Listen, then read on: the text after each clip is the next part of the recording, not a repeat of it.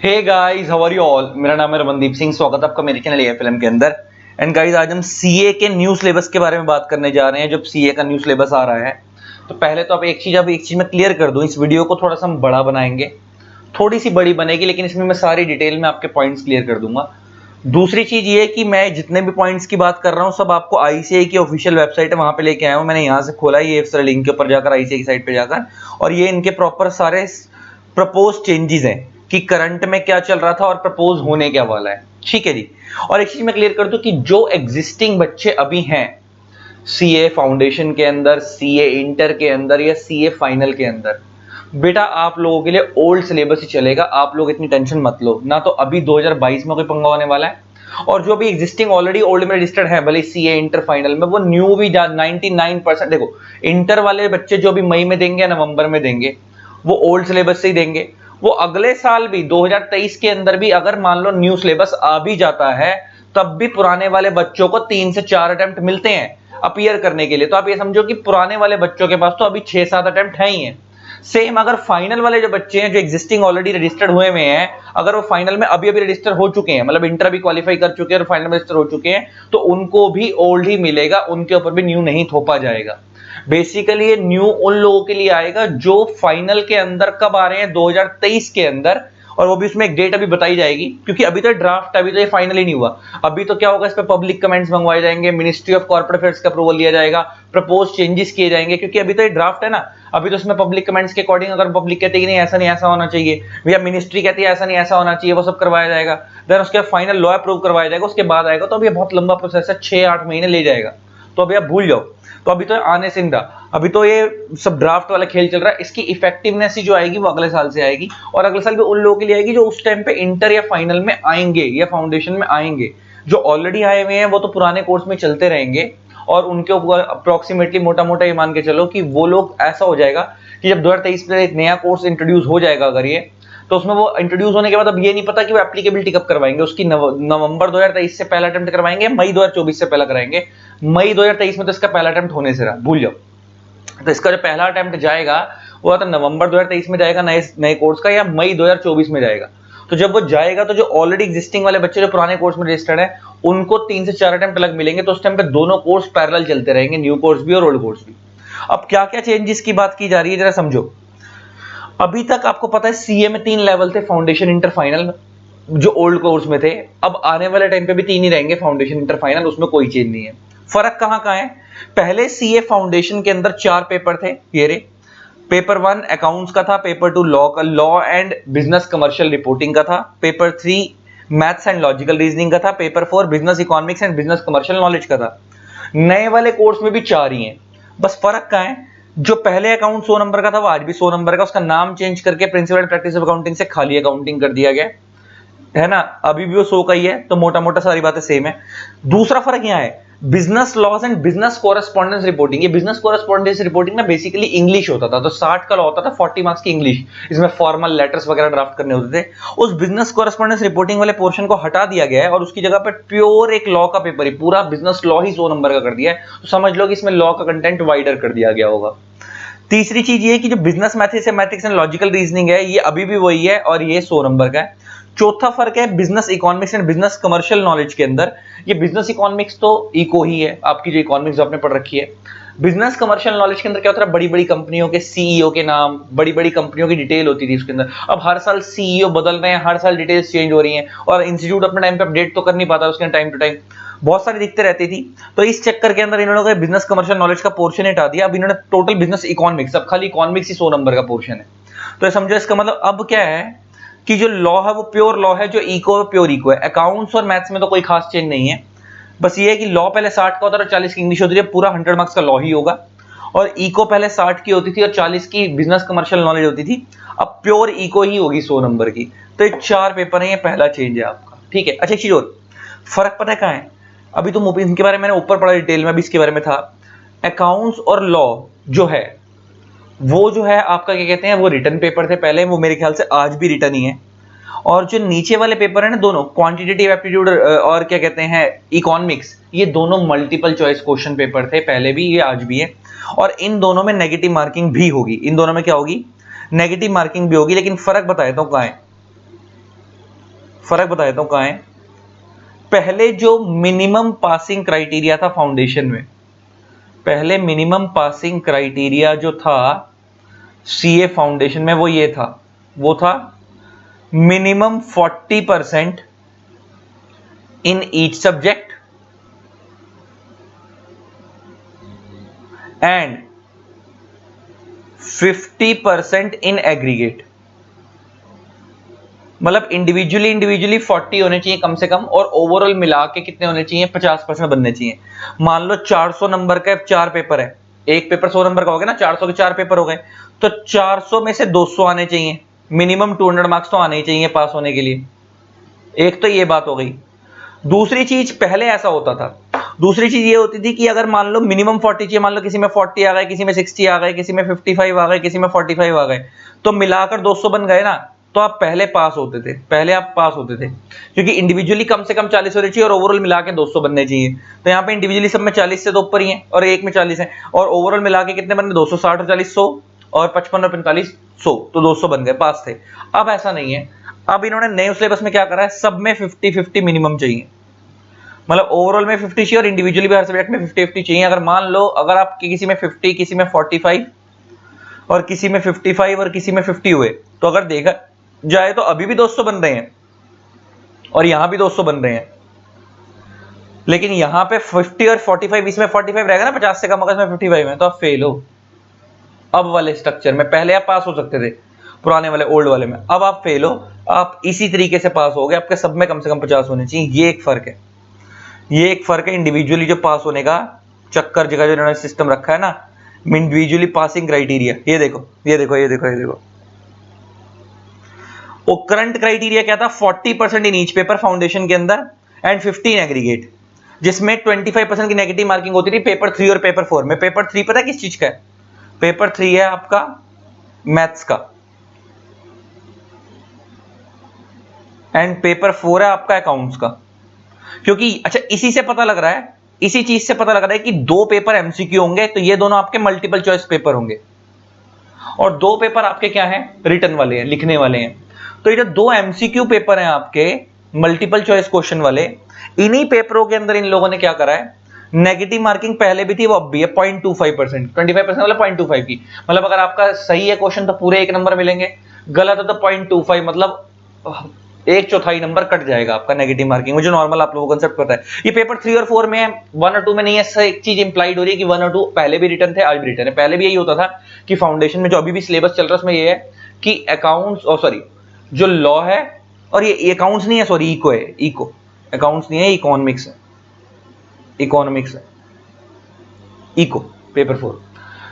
तो पहले भी यही होता था कि जो अकाउंट्स और लॉ है वो रिटर्न होते थे, और मैथ्स और इकोनॉमिक्स जो होते थे वो मल्टीपल चॉइस होते थे। अब भी यही है कि मैथ्स और इको मल्टीपल चॉइस है, इसीलिए इसमें नेगेटिव मार्किंग का कंसेप्ट है, पहले भी था अब भी है, और अकाउंट्स और लॉ रिटर्न होंगे, वो लिखने होंगे प्रॉपर पूरे, तो उसमें नेगेटिव मार्किंग का चक्कर नहीं है। बस फर्क क्या है, पहले इंडिविजुअली 40 लाने होते थे और ओवरऑल में 50 बनाने होते थे, 15 एग्रीगेट, इंडिविजुअली 40%। अब क्या कंसेप्ट है, 15 ईच पेपर, 15 ईच पेपर, और वहां पे नेगेटिव मार्किंग होगी 25% की पेपर 3 और 4 में, क्योंकि वो एमसीक्यू है। देखो आ गई ना रॉन्ग आंसर पे, अगर आप गलत करोगे तो 0.25 कटेंगे, ठीक होगा तो 1 नंबर मिलेगा। सेम यहाँ पे भी है, 0.25% पेपर इन 3 और 4। तो ये पहले भी था अब भी है, बस फर्क कहाँ आ गया, एग्रीगेट में फर्क आ गया। 14 ईच पेपर था पहले और ओवरऑल 50 था, जो मैंने तुम्हें समझाया कि पहले कैसे चलता था, ऐसे कि 40-40 आ गया, ओवरऑल में 200 बन गया, पास हो। लेकिन अब ये वाला कंसेप्ट चलेगा भाई, अब ये वाला नहीं चलेगा। ठीक है जी, एक तो ये बात की है इन्होंने। हालांकि ड्राफ्ट है, चेंज हो सकते हैं इसके अंदर, प्रपोज है तो अभी चेंजेस लिखा है ना प्रपोज, अभी तो ड्राफ्ट है, इसमें हो सकता है फ्यूचर में चेंज कर दें। और ये बात मैंने तुम्हारे को समझा दी। मेन बातें करते हैं, ये फाउंडेशन की बातें हो गई हैं। हाँ, ये चीज समझने वाली है, एलिजिबिलिटी क्राइटेरिया। पहले क्या होता था, करंट में क्या सिस्टम है कि अगर कोई बच्चा पास है, 10th क्लास पास है, तो वो फाउंडेशन के लिए अपीयर कर सकता है, लेकिन वो after appearing in class 12th examination and registering with the board on no particular date. अब वो क्या सिस्टम है, नो चेंज। पहले भी ये था, अब भी कोई चेंज नहीं है। मतलब वो ये कह रहा है, पहले सिस्टम क्या था कि आप 10th के पास, अगर आपने 10th क्वालिफाई कर लिया तो आप आईसीए में अपने को रजिस्टर करवा सकते हो, अपने आप को आईसीए में रजिस्टर करवा सकते हो। लेकिन आप सीए फाउंडेशन के पेपर का फाउंडेशन के रजिस्टर करवा सकते हो, लेकिन आप सीए फाउंडेशन के पेपर दोगे कब, 12th के पेपर देने के बाद अभी भी यही है, वो कह रहा है नो चेंज, नो चेंज। ऊपर वाले में तो कोई चेंज नहीं है कि आप 10th क्लास चला, लेकिन फर्क क्या है, appear in foundation after appearing in class 12th examination and completing minimum study of 4 months. यहां पे फर्क है, देखो वहां पे क्या था, पहले क्या होता था कि जब आप 10th के बाद अपने आप को रजिस्टर करवा सकते थे आईसीआई पे, लेकिन तो आप पेपर कब देते थे सीए फाउंडेशन के, जब आपका 12th का मेनली रिजल्ट आ जाता था उसके बाद देते थे, 12th का आपको वहां पे सबमिट करना होता। लेकिन अब ऐसा नहीं है, वो कह रहा है अब आपने 12th के पेपर के अंदर अपीयर करा and completing minimum study period of 4 months before first day of month in which examination is held. ये चीज बड़ी इंपॉर्टेंट है, ये प्रपोज्ड है। इसका मतलब ये कि आपने 12th के एग्जाम अपीयर कर लिए एंड कम से कम 4 महीने का आपने स्टडी पीरियड कंप्लीट कर लिया before the first day on which the examination is held. Examination मतलब सीए फाउंडेशन के एग्जाम की बात कर रहा है। सीए फाउंडेशन से लेकर 12th के बीच में 4 महीने का गैप होना चाहिए। अगर आपका 4 महीने का गैप है और आप 4 महीने तैयारी कर चुके तो आप दे सकते हो। तो ये समझो कि मार्च का जो आपका टाइम, अगर आपके पेपर मार्च के अंदर 12th के होते हैं तो अप्रैल मई जून, ऑब्वियस सी बात है कि 4 महीने का गैप तो बैठेगा नहीं, तो ये नवंबर अटेम्प्ट ही मिलेगा आपको सीए का, ठीक है ना। ये एक बात थी। तो वो क्या कह रहा है, 4 months study period has been specified and cut-off date that is past January and July have been removed. This will enable holding foundation more than 2 times in a year। मगर इससे एक चीज क्लियर हो रही है, अब नवंबर नहीं बैठेगा। यहां से वे कह रहे हैं एक चीज निकालेंगे इस बार, इससे पहले क्या होता था साल में 2 ही बार फाउंडेशन होता था, मई और नवंबर। अब वो कह रहे हैं अब हम क्या करेंगे, कट ऑफ डेट का कंसेप्ट रिमूव कर देंगे, अब साल में 2 बार से ज्यादा एग्जाम होंगे। तो सिस्टम चेंज करा है यहाँ पे। इसका पहले क्या होता था, साल में मई और नवंबर एग्जाम होते थे, साल में 2 ही बार फाउंडेशन के एग्जाम होते थे। अब वो कह रहे हैं साल में 2 बार से ज्यादा भी एग्जाम होंगे। तो ये फर्क कर दिया इन्होंने, सीए फाउंडेशन के एग्जाम साल में 2 बार से ज्यादा होंगे, ये इन्होंने फर्क करा है। पहले क्या होता था, 3 इयर्स पहले जो होता था आपका सीए फाउंडेशन में जो आपने आपको रजिस्टर करवाया वो 3 साल के लिए वैलिड होता था। अब वो रजिस्टर करवाने के 4 साल के लिए वैलिड होगा। आपका रजिस्ट्रेशन जो आप सीए फाउंडेशन के इंस्टीट्यूट में फीस भरते हो वो अब 4 साल के लिए वैलिड होगी। लेकिन पहले आप उसे रीवैलिड करा सकते थे। रीवैलिड का मतलब उसे दोबारा आप उसे ओके करवा सकते थे विदाउट एनी फी, विदाउट एनी रिस्ट्रिक्शन। लेकिन अब रीवैलिडेशन करना अलाउड नहीं है, आप उसे दोबारा ओके नहीं करवा सकते 4 साल के बाद। तो if a candidate is not able to clear the foundation exam within 4 registration he can opt for alternative route of direct entry intermediate course. मतलब समझो, डायरेक्ट एंट्री पता कब होती है, अगर आप ग्रेजुएट हो गए तो ग्रेजुएट होने के बाद आप सीए इंटर में डायरेक्ट एंट्री ले सकते हो। 12th के बाद तो आप फाउंडेशन में आते हो ना, ग्रेजुएट होने के बाद आपको फाउंडेशन नहीं देना पड़ता, सीए इंटर में डायरेक्ट एंट्री मिलती है। तो पहले क्या होता था कि सीए फाउंडेशन का जो आपका रजिस्ट्रेशन होता है वो 3 साल के लिए वैलिड होता था, और अगर आप 3 साल में सीए फाउंडेशन क्लियर नहीं कर पाए तो आपको दोबारा रीवैलिड करवा सकते थे, आप उसको नॉमिनल फीस पे करके। वो कह रहा है अब वो 4 साल के लिए वैलिड है सीए फाउंडेशन का रजिस्ट्रेशन, लेकिन अब आप उसे रीवैलिड करवा ही नहीं सकते। अब आपके पास एक ही रास्ता है कि अगर आप सीए फाउंडेशन 4 साल में नहीं निकाल पा रहे तो आप सीए फाउंडेशन का रूट छोड़ दो। आप अगर उधर से साथ साथ ग्रेजुएशन कर रहे थे और ग्रेजुएट हो चुके हो तो आप सीए इंटर में डायरेक्ट एंट्री ले लो। सीए इंटर में क्या ले लो, डायरेक्ट एंट्री ले लो। ये चीज हो गई है, ये वाली बात मैंने आपको बताई थी, हर पेपर में 50% लाने हैं। अब बात आती है इंटर की। तो इंटर में क्या होता था कि इंटर जो था ना, सीए इंटर पहले 2 ग्रुप में डिवाइड था, एक ग्रुप में 4 पेपर होते थे, तो 2 ग्रुप में 8 पेपर हो गए। अब क्या करा इन्होंने, एक ग्रुप के अंदर 4 पेपर की जगह 3 पेपर कर दिए, तो इसका मतलब ओवरऑल में 8 की जगह 6 पेपर हो गए सीए इंटर के अंदर। तो ये एक फर्क है। इंटरमीडिएट कोर्स में पहले कितने पेपर थे, 1 2 3 4 5 6 7 8। अब कितने पेपर हैं प्रपोज में, 1 2 3 4 5 6। 6 के अंदर 6 में 6A 6B दिख रहा है, लेकिन 50-50 मार्क्स का पोर्शन है, तो ओवरऑल मिला के 100 ही होगा, तो टोटल में पेपर 6 ही है। फर्क कहां है, 2 पेपर इन्होंने उड़ा दिए। देखो पहले अकाउंट्स होता था पेपर 1, अब भी अकाउंट्स है। अच्छा मैं तो बताता हूं क्या करा गया। पहले क्या होता था, सीए के अंदर ना ग्रुप 1 में एक पेपर होता था जिसका नाम होता था अकाउंट्स, और ग्रुप 2 के अंदर एक पेपर होता था जिसका नाम होता था एडवांस अकाउंट। जो मतलब अभी जो बच्चे पढ़ रहे हैं, जिनका अभी ये ओल्ड सिलेबस चल रहा है, उनको पता है, उनका यही वाला सिलेबस चल रहा है। उनके 8 पेपर हैं और उसमें उनको अकाउंट्स 2 बार पढ़ना होता है, ग्रुप 1 में अकाउंट्स और ग्रुप 2 में एडवांस अकाउंट्स। एक ग्रुप में 4 पेपर होते हैं, तो उसमें ग्रुप 1 का पहला पेपर अकाउंट्स है और ग्रुप 2 में एडवांस अकाउंट्स है। इन दोनों को मर्ज करा जा रहा है नए सिलेबस के अंदर। अब ये एक ही पेपर रह जाएगा अकाउंट्स का, जिसका नाम होगा एडवांस अकाउंटिंग। जिसका नाम क्या होगा मर्ज करने के बाद, एडवांस अकाउंटिंग। और ये ऐसा नहीं कि पहली बार किया जा रहा है, सीए जो पहले के सीए बने हुए ना पुराने, सन 2002 3 4 5, उनके लिए यही होता था, पहले भी यही होता था। बाद में बनाए गए थे 2 पेपर, अब उन्होंने वापस सब एक ही कर दिया, पुराने पैटर्न पे चले गए हैं। दूसरी चीज, पहले जो ये तो लिखा है ना, पेपर 1 अकाउंटिंग और पेपर 5 होता था एडवांस अकाउंटिंग। पेपर 1 होता था ग्रुप 1 में और पेपर 5 होता था ग्रुप 2 में एडवांस अकाउंटिंग। दोनों को मर्ज करके एक नया पेपर बनाया गया एडवांस अकाउंटिंग, एक ही पेपर है। नेक्स्ट, पेपर 2 होता था ओल्ड सिलेबस में, जिसका नाम होता था कॉर्पोरेट एंड अदर लॉस। अब जो नया सिलेबस होगा उसका नाम होगा कॉर्पोरेट लॉ, मतलब वो पूरा ही 100 नंबर का होगा। अदर लॉ वाला पोर्शन हटा दिया, पूरा कंपनी लॉ ही पढ़ना है 100 नंबर का। तो लॉ पहले भी था 100 का, वो आज भी 100 का, बस उसमें पहले कॉर्पोरेट अंडर लॉ था, खाली कॉर्पोरेट लॉ वाला पोर्शन है 100 का। तो आप समझ सकते हैं कॉर्पोरेट लॉ वाले पोर्शन को वाइडर कर दिया गया होगा। तीसरा, पहले कॉस्ट एंड मैनेजमेंट अकाउंटिंग होता था, आज भी कॉस्ट एंड मैनेजमेंट अकाउंटिंग है ग्रुप 1 के अंदर। पहले टैक्सेशन होता था ग्रुप 1 के अंदर, आज भी पेपर फॉर टैक्सेशन ही है, लेकिन अब ये ग्रुप 2 में चला जाएगा। तुम समझ सकते हैं ना ग्रुप 2 में कैसे चला जाएगा, क्योंकि ग्रुप 1 के अंदर जब 3 ही पेपर हैं, advance account, corporate law and cost management accounting, तो ग्रुप 1 में 3 निपट गए। तो टैक्स पहले ग्रुप 1 में होता था कि ग्रुप 1 में 4 पेपर होते थे, तो पेपर 4 टैक्सेशन था तो ग्रुप 1 में होता था, लेकिन अब टैक्स ग्रुप 2 में चला जाएगा, क्योंकि वो पेपर 4 हो गया और ग्रुप 1 में 3 ही पेपर है नए सिलेबस में। तो पेपर 1 2 3 ग्रुप 1 हो जाएगा और पेपर 4 5 6 ग्रुप 2 हो जाएगा। तो टैक्स ग्रुप 4 में चलेगा, लेकिन टैक्स पहले भी था आज भी है, ऑडिटिंग पहले भी था, ऑडिटिंग आज भी है। नेक्स्ट, एक पेपर होता था enterprise information system EIS and SM, है ना, और एक पेपर होता था financial management and economics for finance. ये दो पेपर में इन्होंने क्या करा है, इसमें से EIS SM में से इन्होंने, इसको हम शॉर्ट में EIS-SM बोलते हैं, EIS उड़ा दिया और financial management economic for finance में से इको उड़ा दिया। ये इको फाउंडेशन में कवर कर दिया इन्होंने डिटेल में। तो अब EIS उड़ गया और इको इकोनॉमिक्स उड़ गया, तो बचा क्या, strategic management and financial management, और वो यहाँ पे नया पेपर बना दिया इन्होंने FMSM, financial management strategic management, 6 से 6 भी 50-50 नंबर का। तो जब पेपर 7 और 8 होते थे, उसमें से 7 वाले में से स्ट्रेटेजिक मैनेजमेंट वाला पोर्शन उठा लिया, 8 वाले में से इन्होंने फाइनेंशियल मैनेजमेंट वाला पोर्शन उठा लिया। तो EIS हट गया और इको हट गया, और इन दोनों को मिलाकर यहाँ पे एक नया पेपर बना दिया पेपर 6 में, FMSM 50-50 नंबर का। तो ये है आपका कंसेप्ट, ये है आपका कंसेप्ट। तो इस तरीके से आपके 6 पेपर बन गए नए सिलेबस में। अब इस लेवल के अंदर पता क्या है, इस लेवल में अगर मैं आपको बात करूं तो यहां पे क्या है, पहले क्या होता था, सिर्फ 2 ही पेपर के अंदर MCQ होते थे। लॉ वाले पेपर के अंदर, मतलब ग्रुप 1 के अंदर अगर मैं बात करूं तो लॉ में और टैक्स में MCQ होते थे 30 नंबर के, 30% पोर्शन आपका MCQ होता था, 70 मार्क्स का रिटर्न होता था। लेकिन अकाउंट्स और कॉस्ट के अंदर पूरा 100 मार्क्स का रिटर्न होता था पहले ओल्ड सिलेबस में।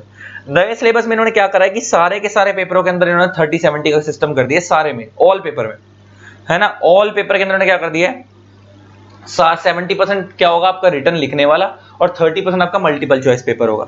लेकिन फर्क पता है क्या करा है, पहले नेगेटिव मार्किंग नहीं होती थी, अब नेगेटिव मार्किंग होगी। पहले क्या होता था, CA इंटर का जो अभी वाला सिलेबस चल रहा है एग्जिस्टिंग, उसमें क्या है, जिन उसमें सारे पेपरों में MCQ नहीं है, लॉ में, टैक्स में, ग्रुप 1 में उसी में MCQ है, बाकी अकाउंट्स और कॉस्ट तो प्रॉपर रिटर्न है। तो उसमें क्या होता था कि जो लॉ और टैक्स होता था उसमें जो 30% वाला पोर्शन है उसके लिए नेगेटिव मार्किंग नहीं होती थी MCQ के लिए, सिर्फ 70% वाले पोर्शन के लिए क्या होता था, लिखने वाला होता था, और 30 वाला MCQ जो होता था उसमें नेगेटिव मार्किंग नहीं होती थी। तो इन्होंने क्या करा, नए वाले कोर्स के अंदर प्रपोज में पहली बात तो सारे के सारे MCQ वाले कर दिए कि सारे पेपरों में MCQ इंट्रोड्यूस कर दिए, 30% MCQ होंगे, 70% रिटर्न होगा, और जो 30% MCQ वाला पोर्शन है उसके अंदर नेगेटिव मार्किंग कर दिया वही 0.25% की। ठीक है जी।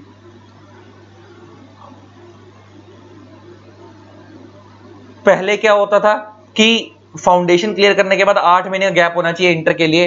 अब फाउंडेशन रूट से अगर आप आ रहे हो तो नो चेंज, अभी भी कोई चेंज नहीं, अब भी 8 महीने गैप होना चाहिए सी इंटर देने के लिए, अब भी सेम है।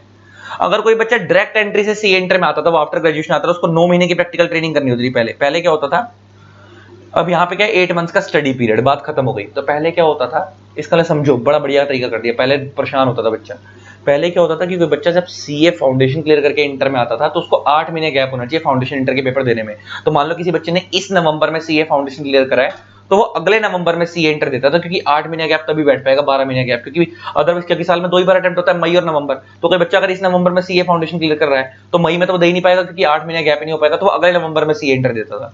तो पहले भी यही था, वो कह रहा है आज भी यही होगा फाउंडेशन से क्लियर करने के बाद।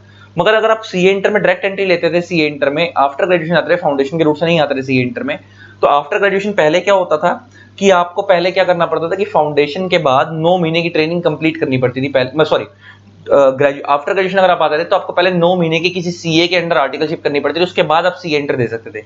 अब वो कह रहे हैं ऐसा सिस्टम नहीं है, आपको 9 महीने की आर्टिकलशिप नहीं करनी है आफ्टर ग्रेजुएशन।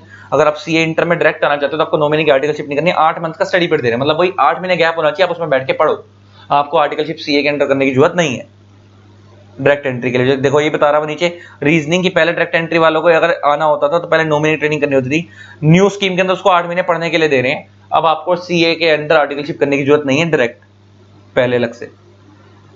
अच्छा ये देखो, पहले क्या होता था, देखो समझो बड़े ध्यान से, ये बड़ा इंपॉर्टेंट है। पहले क्या होता था, CA इंटर के अंदर आपका रजिस्ट्रेशन CA इंटर में 4 साल के लिए वैलिड होता था, और 1 साल में 2 अटेम्प्ट होते हैं, तो इसके लिए 4 साल में 8 अटेम्प्ट मिलते थे आपको। और अगर आप 4 साल में CA इंटर नहीं निकाल पाते थे तो आप उसको दोबारा रिन्यू करा सकते थे, रीवैलिड करवा सकते थे। नए वाले के अंदर रजिस्ट्रेशन आपका 4 की जगह 5 साल के लिए वैलिड होगा, और आप उसे रिन्यू करवा सकते हो बट ओनली वंस, मतलब एक बार और, तो मतलब 5 साल प्लस 5 साल, सिर्फ 10 साल के लिए आप सीए इंटर वैलिड है आपका। 10 साल के अंदर मतलब अगर आप 20 अटेम्प्ट, 10 साल का लोगे 20 अटेम्प्ट, अगर आप 20 अटेम्प्ट में सी इंटर नहीं निकाल पा रहे तो बेटा बाहर हो, आप छोड़ दो। देखो क्या बोल रहा है, in order to ensure that only such student who pass the desired level professional skills are allowed to progress further, this is stipulated. आ गई ना बात। अब आपको फ्रस्ट्रेट होने की जरूरत नहीं, पहले क्या था बच्चा लगा पड़ा जिंदगी निकाल रहा है, और वैसे भी 20 अटेम्प्ट अगर कोई दे देगा, एक साल में 2 अटेम्प्ट है तो 5 साल में 10 होगा तो 20, कोई अगर 20 अटेम्प्ट में भी सी एंटर नहीं निकाल पा रहा तो वो फाइनल क्या ही सोचेगा, तो छोड़ दो ना। उन्होंने कहा छोड़ दो, अब आपको देंगे ही नहीं। इसका पहले तो क्या होता था कि आपको घुसाए रखते थे, तुम देते रहो अटेम्प्ट। 4 साल में तुम्हारा वैलिड होता है रजिस्ट्रेशन सी इंटर का, मतलब 8 अटेम्प्ट। अगर आप 8 अटेम्प्ट में सी इंटर नहीं निकाल पा रहे तो आप दोबारा रजिस्टर करवा, मतलब आपको दोबारा रिवैलिड करवा लो, और रिवैलिड करवाते चले हो, कोई लिमिट नहीं थी। अब इन्होंने क्या करा कि 5 साल के लिए सी इंटर आपका वैलिड होगा, एक बार के लिए रजिस्टर करवाओगे 5 साल 10 अटेम्प्ट, और सी इंटर अगर आप 5 साल में नहीं निकाल पाते तो एक बार आपको दोबारा रिवैलिड कराने का मौका मिलेगा, 5 साल और मिलेंगे, टोटल में कितने होगा 10। 10 साल में आप सी इंटर निकाल लो, मतलब 20 अटेम्प्ट तो बहुत बढ़िया, नहीं निकाल पाए तो आप गए। अच्छा, यहाँ पे कोई चेंज नहीं करा, यहाँ पे इन्होंने क्या नहीं करा, जैसे पहले क्या होता था कि 40% इंडिविजुअली चाहिए होते थे और ओवरऑल में 50, अभी भी इन्होंने नो चेंज। इसका मतलब आप समझो सीए फाउंडेशन में चेंज हुआ है लेकिन सीए इंटर में चेंज नहीं हुआ। सीए फाउंडेशन में तो क्या था, इंडिविजुअली 40 ओवरऑल में 50 पहले चाहिए होते थे, और अब इन्होंने हर सब्जेक्ट में 50 कर दिया। लेकिन सीए इंटर में ऐसा नहीं करा, सीए इंटर में अभी भी वही सिस्टम है, इंडिविजुअली 40 ओवरऑल में 50। आगे फाइनल की बात अगर हम करें तो फाइनल में क्या करें इन लोगों ने, पहले भी 8 पेपर होते थे, फाइनल में 8 पेपर होते थे, 2 ग्रुप में, एक ग्रुप में 4, दूसरे ग्रुप में 4। अब इन्होंने क्या करा है कि फाइनल के अंदर अब इन्होंने टोटल में 6 कर दिए पेपर, जिसमें से एक ग्रुप में 3, दूसरे ग्रुप में 3, और इसमें से 2 पेपर इन्होंने हटा दिए यहाँ पे, एक फाइनल से लॉ हटा दिए और एक कॉस्ट अकाउंटिंग का पेपर हटा दिया, और इसको उन्होंने सेल्फ बेस्ड इवैल्यूएशन प्रोग्राम एक नया लॉन्च करा, उसमें डाल दिया इन्होंने। वो क्या है वो मैं बाद में बात करूंगा इसके बारे में, अभी इसके ऊपर सीए ने ज्यादा क्लैरिटी दी नहीं है। लेकिन इसके लिए एक चीज समझने वाली ये है कि आर्टिकलशिप पीरियड में चेंज आया है बीच में, जब आप सीए फाउंडेशन के बाद सीए इंटर में आओगे, इंटर के जब फाइनल में जाओगे तो पहले जो आपको आर्टिकलशिप करनी होती थी ना, वो 3 साल की करनी होती थी मिनिमम, अब आपको 2 साल की करनी है। वो आर्टिकलशिप वाला पॉइंट दिखा देता हूं तुम्हारे को, एक मेन जो और समझने वाला है।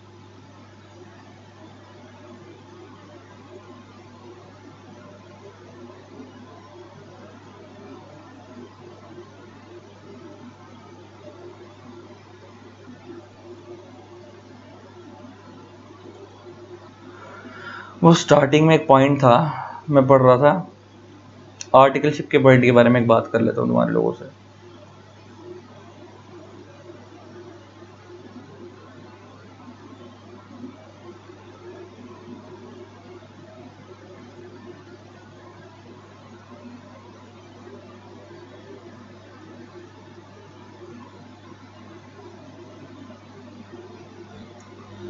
आर्टिकलशिप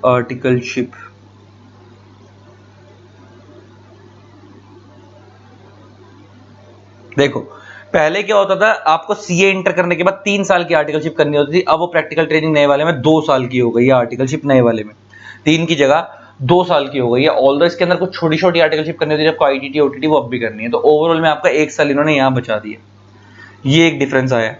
लेकिन इन्होंने एक काम बढ़ा दिया है, आपको पता है ना सीए 2 तरीके के होते हैं, एक होते हैं सीए इन एम्प्लॉयमेंट, एक होते हैं सीए इन प्रैक्टिस जो अपना ऑफिस खोलते हैं। तो पहले क्या होता था, 3 साल की आर्टिकलशिप थी, अब 2 की कर दी है।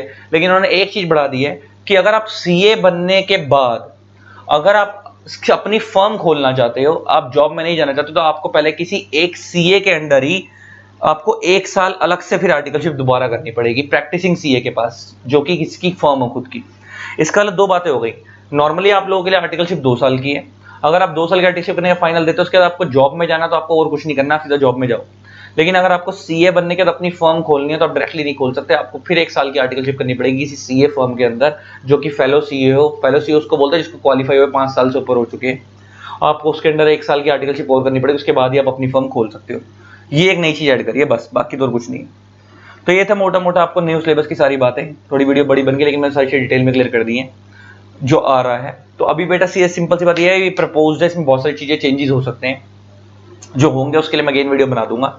इसकी एप्लीकेबिलिटी क्या होगी मैंने स्टार्टिंग में बता दी कि अभी तुम्हारे लोगों को टेंशन लेने की जरूरत नहीं, जो एग्जिस्टिंग है वो चलते रहेंगे, और उनको अभी तो एग्जिस्टिंग वालों को अभी तो एग्जिस्टिंग ही चल रहा है, अभी तो नया आया नहीं, तब तक तो एग्जिस्टिंग चल ही रहा है अभी साल 1.5 साल, और उसके बाद भी जब वो नया आ भी जाएगा, इफेक्टिव हो भी जाएगा, तब भी पुराने वालों को 4-5 अटेम्प्ट और मिलते हैं, 3-4 अटेम्प्ट और मिलते ही हैं। तो अब टेंशन लेने वाली बात नहीं, तो पुराने वालों पर अभी समझो कि 2.5-3 साल अभी आराम से है, 3 साल 3.5 साल है। ठीक है जी, चलो आई होप आपको वीडियो अच्छी लगी होगी। इसी तरीके से वीडियोस को प्यार देते रहे, keep loving keep supporting, thanks a lot, bye bye. जिन लोगों ने अभी तक हमारे चैनल को सब्सक्राइब नहीं करा, सब्सक्राइब कर देना, साथ में बेल आइकन को प्रेस कर देना ताकि आप लोगों को न्यू वीडियोस की नोटिफिकेशन मिलते रहे। Tata, love you all.